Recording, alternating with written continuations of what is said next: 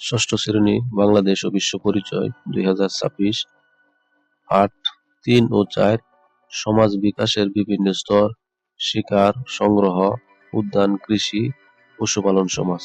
পৃষ্ঠা নম্বর 3 ও 4 আলোচনা করব।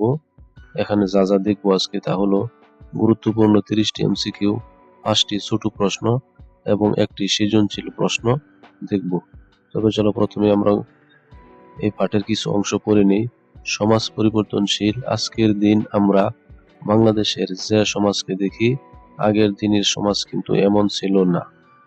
আজকের সমাজ দীর্ঘকালের বিকাশ ধারার ফল। কালে কালে জ্ঞান বিজ্ঞানের উন্নতির ফলে পুরনো সমাজ পরিবর্তন হয়ে বর্তমানের আধুনিক সমাজ গঠিত হয়েছে। তাহলে বর্তমানের আধুনিক সমাজ গঠিত হয়েছে কিভাবে? কালে কালে জ্ঞান বিজ্ঞানের উন্নতির ফলে আধুনিক সমাজ গঠিত হয়েছে। ভবিষ্যতে সমাজ আরো পরিবর্তন হবে। কালের সুদীর্ঘ যাত্রাপথে সমাজের পরিবর্তনকে 6 ভাগে ভাগ করা যায়। তাহলে কি বলতেছে যে কালের সুদীর্ঘ যাত্রার পথে সমাজকে কয় ভাগে ভাগ করা যায়? 6 ভাগে ভাগ করা যায়।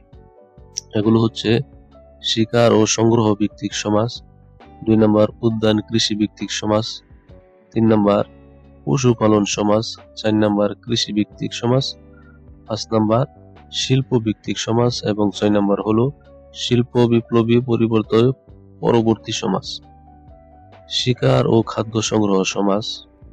এখানে বলতেছে অল্প কিছু দেখি। শিকার ও খাদ্য সংগ্রহ ভিত্তিক সমাজ হচ্ছে মানব সমাজের আদিম রূপ। তখন স্থায়ী কোনো ঘর বাড়ি ছিল না। মানুষ গুহায় ও বন জঙ্গলে বাস করত। প্রাকৃতিক সম্পদ ছিল প্রচুর, কিন্তু এ সম্পদকে ব্যবহার করে মানুষ খাদ্য উৎপাদন করতে শেখেনি। এইভাবে আমরা গল্পটা বই থেকে পড়তে পারবে। আমরা এখন এমসিকিউ বহু নির্বাচনী প্রশ্ন দেখি। প্রথম প্রশ্নে বলতেছে মানব সমাজের আদিম রূপ কোনটি? উত্তর হলো ছোট ঘ, শিকার ও সংগ্রহ ভিত্তিক সমাজ। 2 নম্বরে বলতেছে শিকার ও সংগ্রহ ভিত্তিক সমাজে মানুষ কোথায় বাস করত? উত্তর হলো গুহা ও বন জঙ্গলে, বড় ঘ। 3 নম্বরে বলতেছে শিকার ও সংগ্রহ ভিত্তিক সমাজে মানুষের জীবনধারা কেমন ছিল? উত্তর হলো খ নম্বর যাযাবর।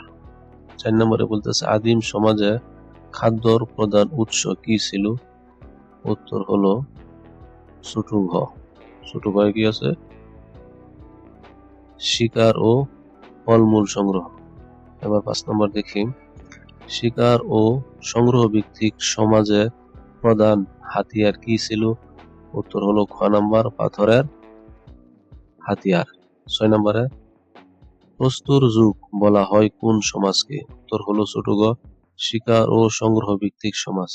7 নম্বর আদিম সমাজে ফলমূল সংগ্রহ করত কারা? উত্তর হলো 7 নম্বরের আনসার হলো খ নম্বর নারীরা। 8 নম্বরে বলতেছে আদিম সমাজে শিকার করত কারা? উত্তর হলো ছোট গ, পুরুষ। 9 নম্বরে বলতেছে শীত ও বৃষ্টি থেকে রক্ষা পেতে আদিম মানুষ কি ব্যবহার করত? উত্তর হলো পশুর চামড়া ও গাছের ছাল। 10 নম্বরে বলতেছে উদ্যান কৃষি ভিত্তিক সমাজে মানুষ কিতে পরিণত হতো? উত্তর হলো ছোট গ, খাদ্য উৎপাদনকারী। 11 নম্বরে বলতেছে কৃষি কাজের উদ্ভাবন করেন কারা? এমন মত দেন সমাজ বিজ্ঞানীরা। উত্তর হলো খ নম্বর নারীরা। 12 নম্বর উদ্যান চাষে কোন উপকরণ দিয়ে মাটি চাষ করা হতো? 12 নম্বর উত্তর হলো লম্বা লাঠি বা পশুর শিং দিয়ে। 13 নম্বর বলতেছে উদ্যান চাষে ফসল কাটার কাজে ব্যবহৃত হতো? উত্তর হলো ছোট ঘ, পশুর চোয়ালের হাড়। 14 নম্বরে বলতেছে উদ্যান কৃষি ভিত্তিক সমাজে মানুষ বেশি ফসল উৎপাদন করতো না কেন?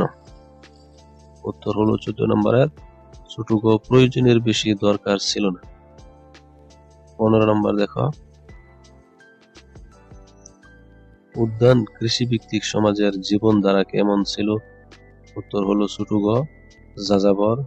তারপরে আছে 16, তারপরে আছে দেখো 17। 17-এর উত্তর হলো ছোট গ, 18 পশুপালন সমাজে পশুদের বলা হতো। দেখো 18 নম্বর খ। 19 নম্বরের উত্তর হলো খ নাম্বার। তারপরে 20 নাম্বার, এর উত্তর হলো ছোট গ সবগুলো। 21 নম্বর প্রশ্ন, পশুপালন সমাজে কি প্রচলিত হয়নি? উত্তর হলো মুদ্রা। 22 নম্বর, পশুপালন সমাজে লেনদেনের পদ্ধতি কি ছিল?